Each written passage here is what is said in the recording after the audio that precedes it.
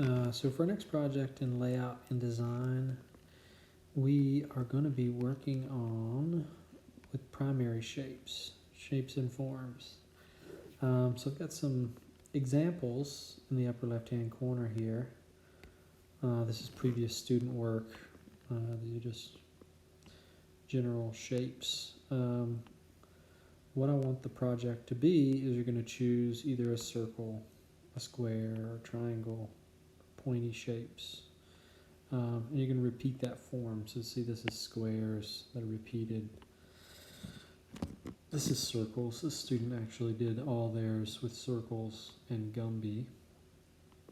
So I actually did Gumby for every single project. But anyway, so this is a circle, so they've just kind of rotated part of a landscape. Looks like two landscapes on top of each other where the circles are, you've got a city and then you've got a forest, and the circles are kind of cut out in there. That's the examples I have. This student work, previous student work. But for this project, you're going to choose one of the shapes and create 10 designs.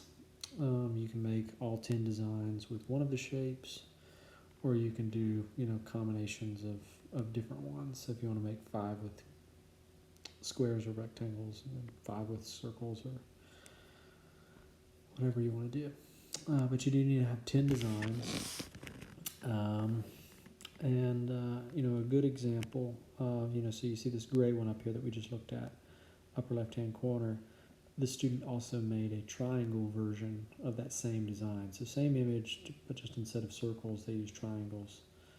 It's this one. That's a pretty good example of coming up with versions. So they'd only got one image there, but they tried like a different shape. You could also do that. Like they could have also made another version with just squares. And they've come up with 3 versions from the one photo. I've also got this, these are Pinterest pages here. So this is also another way to generate some ideas. And you'll see how every one of these designs, they just use a circle in some way. Some are more complex than others. Some are really straightforward. Some of them have like a narrative quality, but some of them are just an image that's cut up into circles. This is a good one here. This is one that a lot of students like. It's a little off center, but it's basically the same thing. So you could do 10 just like this if you wanted, or you could try and do some more complex things with it. But that's what those links are: a circle, square, and triangle there. You can look at all those and check them out. Now the student work is actually a link to the same stuff I showed you at the beginning here. So we won't look at that again. But for the tips, we just did a project where you guys used the lasso tool to create some layer masks on your iPad. If you're on a desktop, you can use the pen tool. It can make things a little bit easier, but they really kind of function the same way. I mean, you'd be using the pen tool in the same way you would the lasso tool, and then make selections, and then have certain things show or certain things not show. But yeah, so the lasso tool, super clutch. Use a mask. Be deliberate. Like whenever you cut stuff out, like this example up here in the upper left-hand corner with the circles, they've got some large circles and some small circles and some medium size, so they've kind of varied the size. You could also be deliberate and choose the exact same size. That's an example. That would be, and then she was deliberate in that she used the same image, same design type, but just changed the shape. All right, the next thing is be aware of what's on top. You can change expectations, like you often anticipate seeing things, so just be aware of that, like what layers are on top. Talk about the elements on a stage.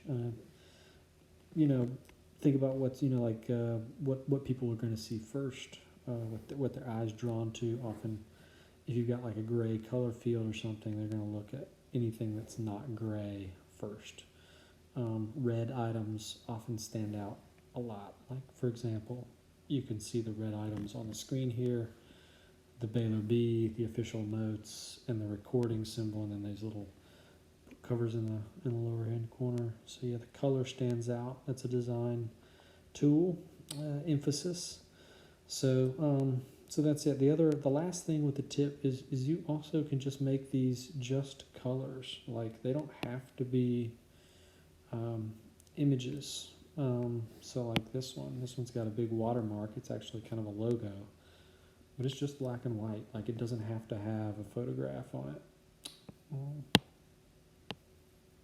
So there you go. So it can just be flat color, overlapping color. Okay, so the goal is you're going to have 3 class periods to make 10 images. This project you could do pretty quickly. You can make 10 versions probably in 1 class period if you work fast and you're just changing one thing. The goal is to make 10 really good versions. So you might so you've got some time. You've got 3 whole class periods. That's 3 hours. So use that time wisely to come up with some different versions. And then also use as many tools as you know how to use to make the best possible version. We're several weeks into the semester. You know how to use Photoshop fairly well. Use the tools that you're aware of to make good designs. So this is the topics page. We're still on the topics page. The assignment page, it just has this what I've just gone over. It just has this copy paste. So those links are going to work and everything else. It's not going to have these references to the images on the left-hand side. It's also not going to have these artist links. So like Saul LeWitt, this is an artist that has dedicated, that's all he does is work with geometric shapes. Interesting guy. Let's see, wall drawings. See, some of his artwork's just made right on the wall in the gallery. But yeah, dedicated entirely to primary forms, his work. Another artist that I've linked here is Bridget Riley. So her work is kind of like this color field. So it's, parallelograms. Pretty interesting. You can see how she's sort of been influenced by some of these other artists. Some more of her work here. But yeah, lots of artists streamline their work ethic, and they come up with lots and lots of different variation.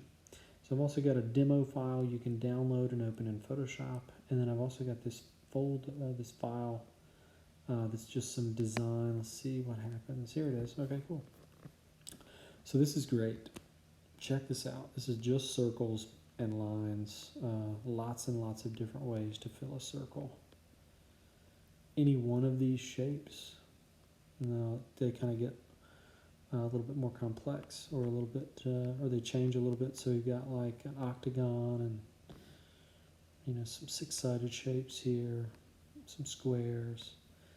Any of these could be, you could copy paste and use like an image on top of it. But I mean, these all count, right? Like if you came up with some versions similar to this fits within the criteria of the project. So it's really kind of wide open, and it's just about using those primary shapes: circles, squares, and triangles, or rectangles, and repetition. So that's this project. I look forward to seeing what you guys come up with.